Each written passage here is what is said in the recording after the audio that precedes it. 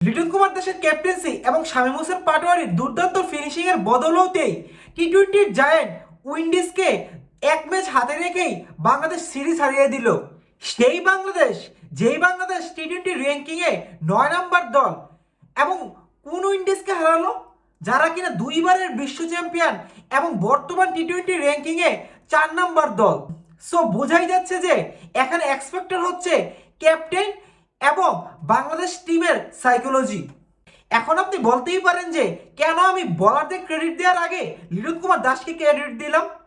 Because of এই same বলাররাই কিন্তু আগে টি-20 সিরিজ যেটা ইন্ডিয়ার সাথে খেলেছিল সেই সিরিজও ছিল।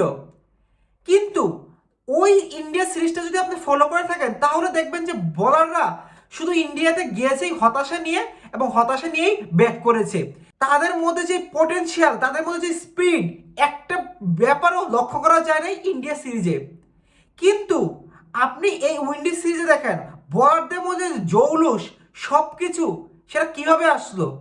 অবভিয়াসলি কিছু না কিছু ব্যাপার তো ভিতর থেকে কাজ করেছি। সেটা আমি বলবো যে বাংলাদেশের ক্যাপ্টেন এবং টিম ম্যানেজমেন্টের মাইন্ডসেটের কারণেই।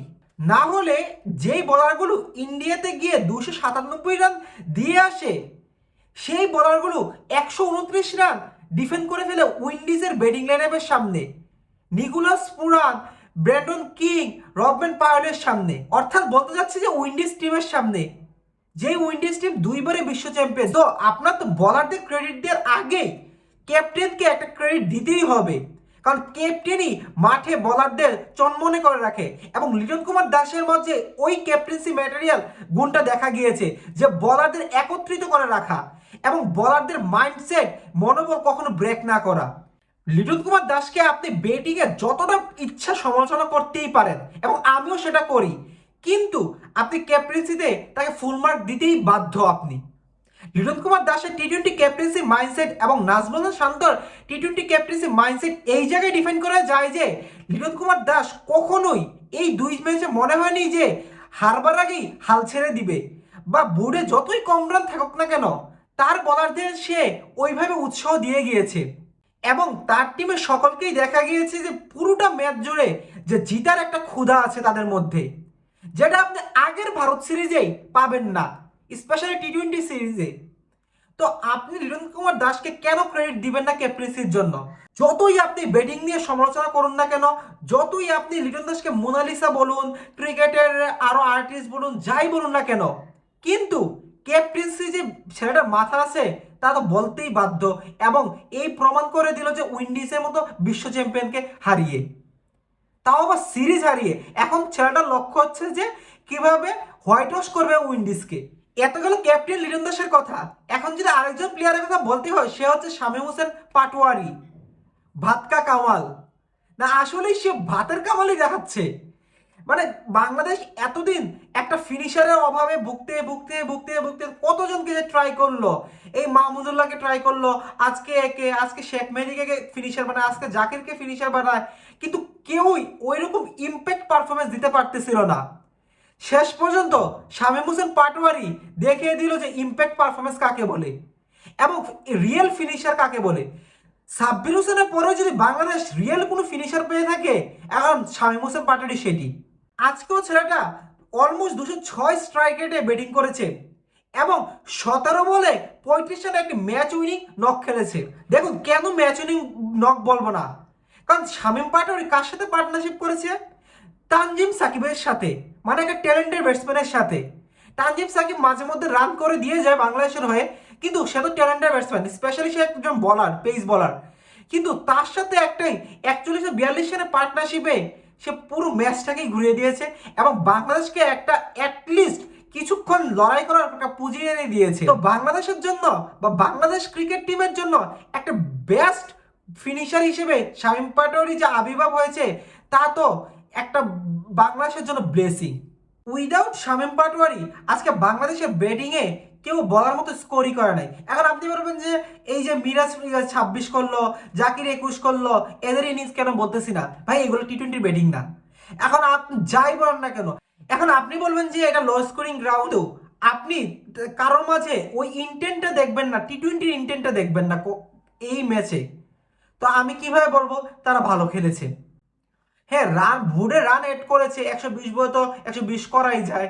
120 বলে যদি 120টা সিঙ্গেলও নেন তাহলেও কিন্তু 120 করা যায়। কিন্তু বাংলাদেশ 56টা ডট বল কনসিড করেছে 120 বলের মাঝে। তাহলে আপনি কিভাবে বাংলাদেশের বাকি ব্যাটসম্যানদের এক ফুটা ক্রেডিট দিতে পারেন? তো বাংলাদেশের সবগুলো একদম লিটন কুমার দাস থেকে শুরু করে বাকি যেই ব্যাটসম্যানগুলো ছিল শেখ মেহেদী অব্দি কেউই ভালো খেলে নেই এক কথায়। তো ব্যাটিংয়ে কাউকে ক্রেডিট দেওয়ার মতো নেই উইদাউট শামীম পাটোয়ারি।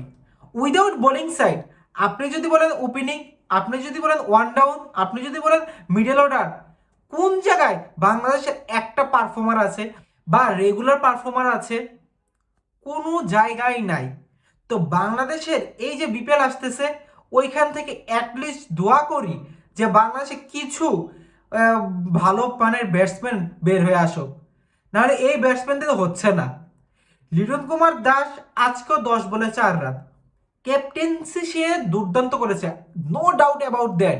কিন্তু ব্যাটিং, এখন বাংলাদেশের টিম ম্যানেজমেন্ট এবং লিটন কুমার দাসের সাইকোলজিস্টের কাছে যাওয়া উচিত যে কেন সে ব্যাটিংয়ে খারাপ করতেছে। অনেক হয়ে গেছে যে তার কোন জায়গায় দুর্বলতা, কার কোন জায়গায় পজিটিভ দিক ইয়া দিক, কিন্তু আমি মনে করি যে এখানে একটা মেন্টালিটি বা এখানে একটা সাইকোলজিরও ব্যাপার আছে। অর্থাৎ আমি বলতে চাচ্ছি যে একটা মনস্তাত্ত্বিক ব্যাপার আছে, যে অনেক সময় হয় না যে একটা মানুষের ব্রেকডাউন এসে পড়ে যে আর হচ্ছে না কোনোভাবেই।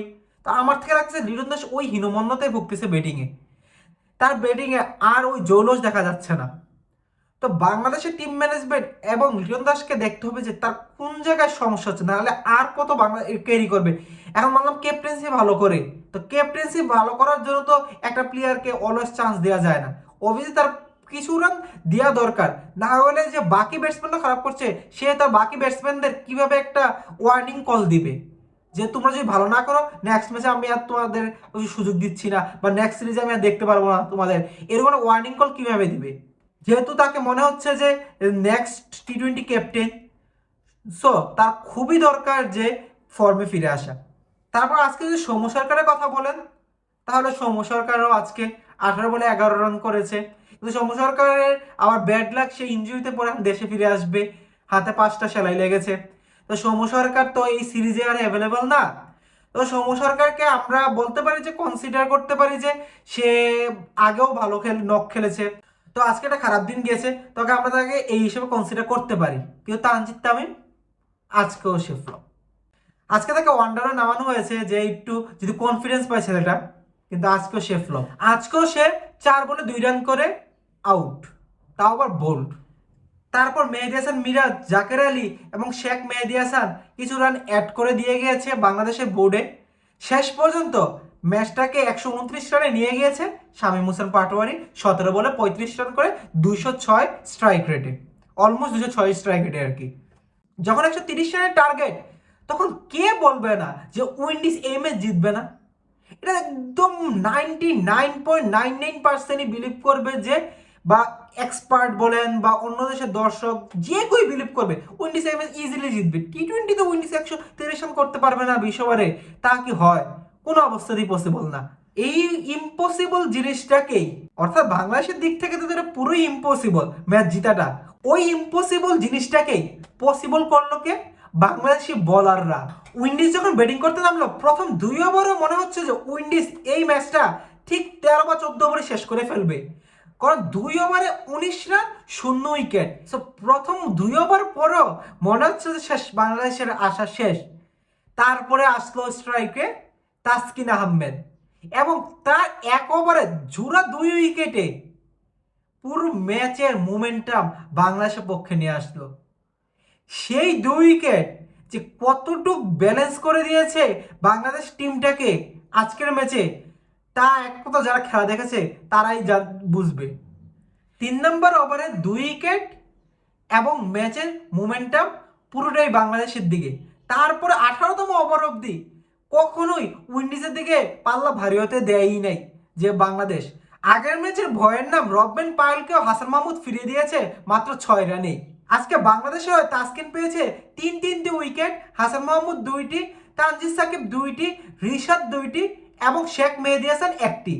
So thanks to Taskin Ahmed, Hasan Mahmud, Rishad, Tanzid Sakib এবং শেখ মেহেদী হাসান যে বাংলাদেশকে এত বড় একটা ভিক্টরি এনে দেওয়ার জন্য, যে বাংলাদেশকে সিরিজ জিতানোর জন্য উইন্ডিজের বিপক্ষে, আর তাও আবার টি-20 সিরিজ। এবং special thanks goes for Liton Kumar Das for his captaincy. তো আপনার কি মনে হয় লিটন দাস কি পারবে উইন্ডিজকে হোয়াইট হাউসে লজ্জা দিতে টি-20-তে, নাকি উইন্ডিজ কামব্যাক করবে? তা কমেন্টে জানান।